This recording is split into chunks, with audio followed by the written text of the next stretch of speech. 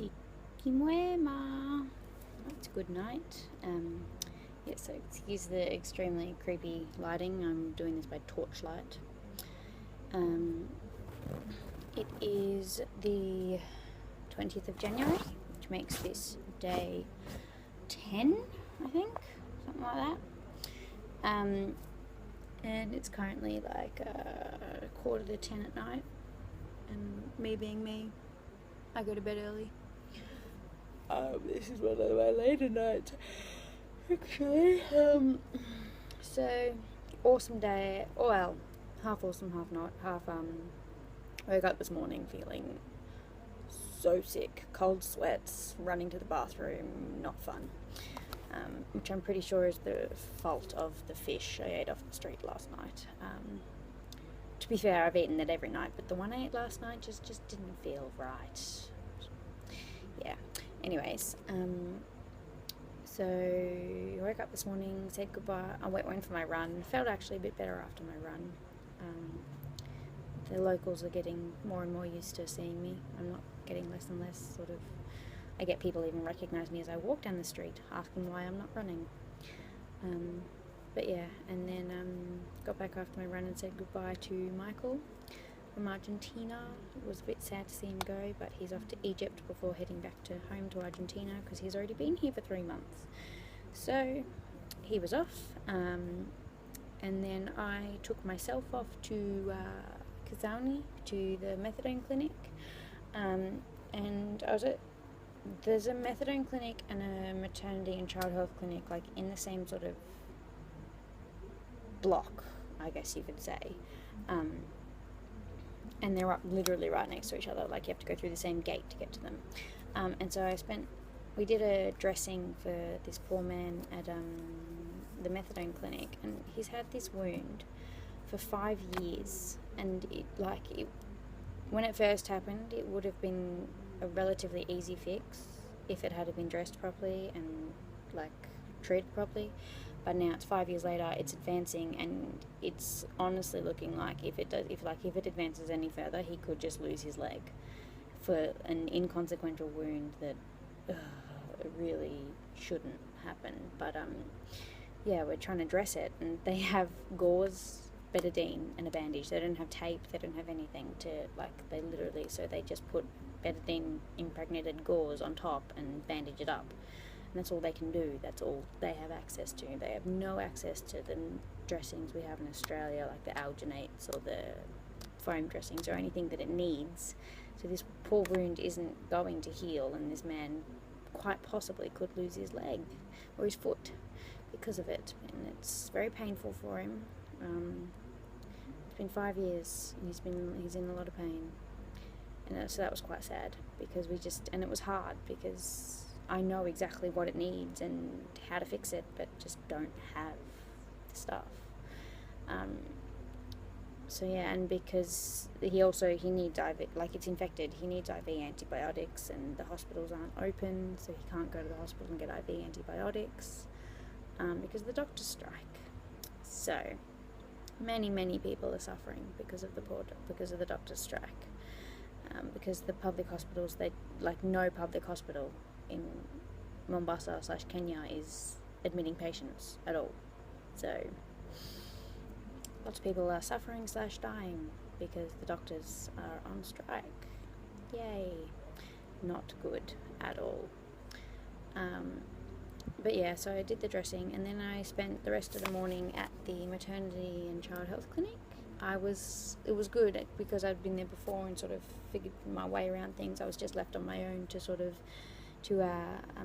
vaccinate some kids, vaccinate some babies, and then I helped out with the prenatal health checks, and they taught me how to.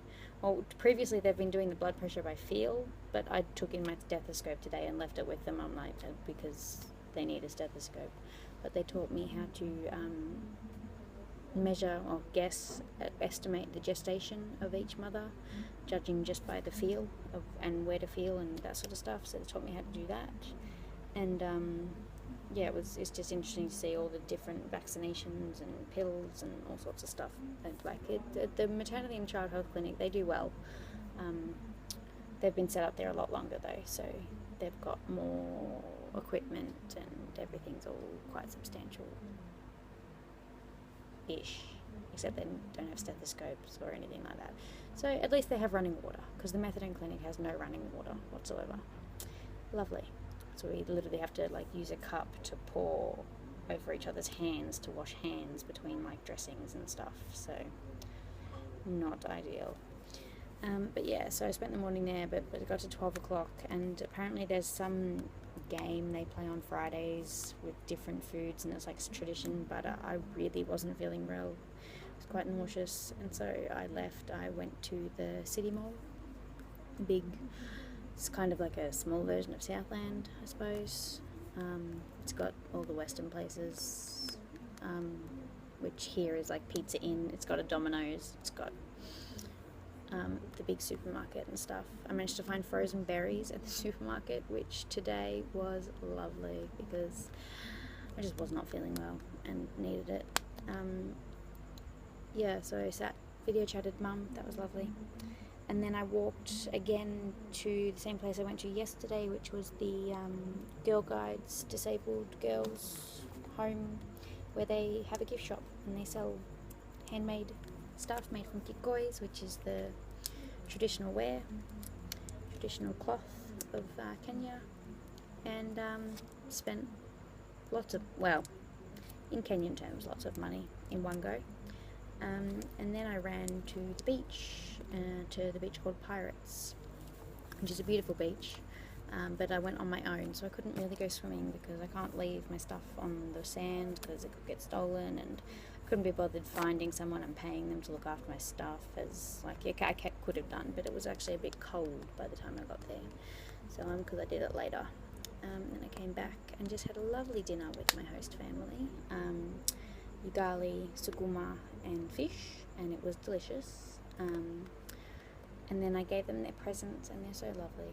They were so happy with their presents. But yeah, I've just done that, and now it's time for bed. But tomorrow's Saturday.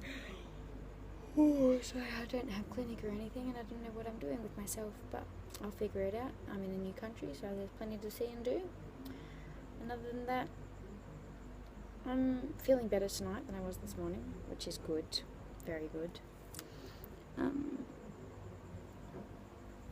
And yeah, it's life in Kenya. The doctor's strike is annoying the hell out of me because I suppose in my eyes the doctors, even before the pay, like they have had a slight pay rise, and even before the pay rise they were still like the more privileged of society, so yeah, the doctors are on strike, and sort of, to be fair, the government promised them more, but it's, the whole thing is just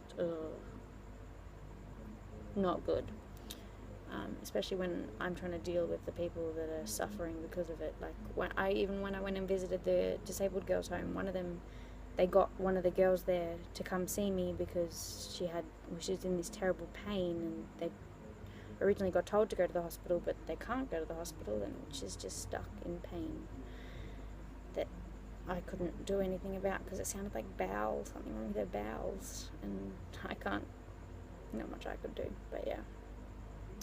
So things are a little bit frustrating, but other than that, Kenya's beautiful. The people are, for the most part, lovely, but, well, in Australia it would bother me, but here it's all part of the culture. Some of the things the men say as you walk past, oh my god. So, but I'm getting used to it. And yeah, it's time for sleep. Tired. So, until tomorrow, Usiki Mwema.